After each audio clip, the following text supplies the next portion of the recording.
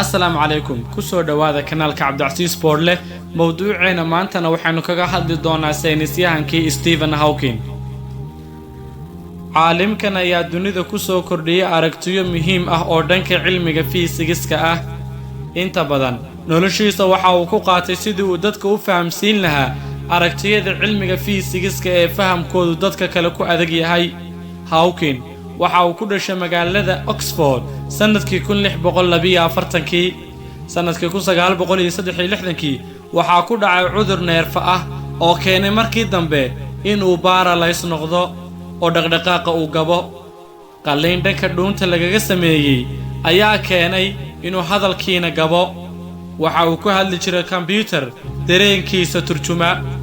dhaqaatiirtu waxa ay sheegeen cudurka ku dhacay dartii inuu u geeriyoon doono 3 sano gudahood sanadkii 1963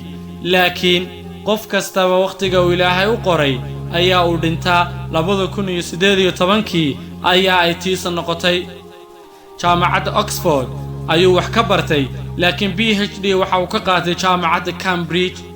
waxa uu ka mid noqday culimada fiisigiska kuwooda ugu caansan adduunka waxa uu ahaa safiirka sayniska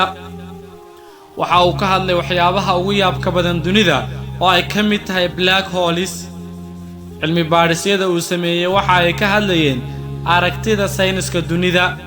xiriirka u dhaxeeya black holes thermodynamics iyo temporal infiltration waa eray bixin cilmi ah oo dadka fiisigiska barta ay yaqaanaan sanadkii 1971 waxa uu soo saaray aragtidiisii uu black holes kaga hadlayay aragtidan waxay iska kaashadeen caalimka dhanka xisaabta ee Roger Penrose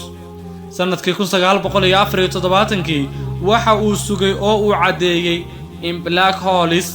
ay soo saaraan shucaac waxa uu kaashaday quantum mechanics iyo quantum dynamics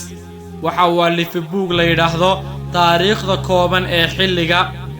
waxa uu buugga ka iibiyay dad fara badan oo dunida ku nool 10 milyan oo nusqadood ayaa sanadkii 1988 oo kaliyana la iibsaday waxa uu leeyahay aragti wax badan ka bedesho fikirkiisa saynisyahanada ee sida uu kownku u sameysmay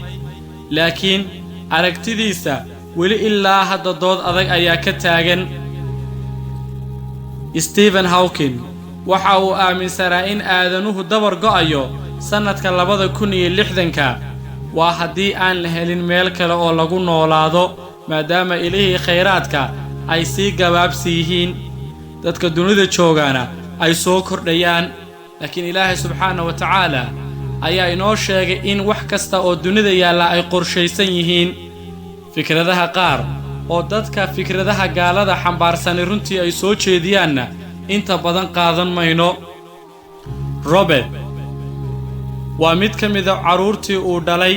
waxa uu dunida kaga tagay 3 caruur ah Master Hawking oo kala ah Lucy Robert iyo Tim Robert waa curadka waxa uu dhashay sanadkii 1967 waa injineer dhanka programming ah waxa uu ka shaqeeyaa shirkadda Microsoft Lucy waa gabadh uu dhalay Hawking waxa ay jirtaa hadda 47 sano waa suxufiyad qoraa ah oo shaqadeeda guul ka gaadhay waxa ay wax ku baratay jaamacadda Oxford waxayna ku takhasustay luqadda Faransiiska iyo Ruushka waxa ay wax ku qortaa joornaalada ugu caansan adduunka waxa ka mid ah New York Times Daily Mail The Telegraph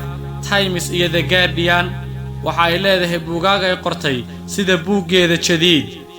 ee ay qortay sanadkii 2004 waxa kale oo ay qortay buug loo yaqaan Run for Your Life sanadkii 2005 Tim waa kan ugu yar ee caruurta Hawking waxa uu luqadda Isbaanishka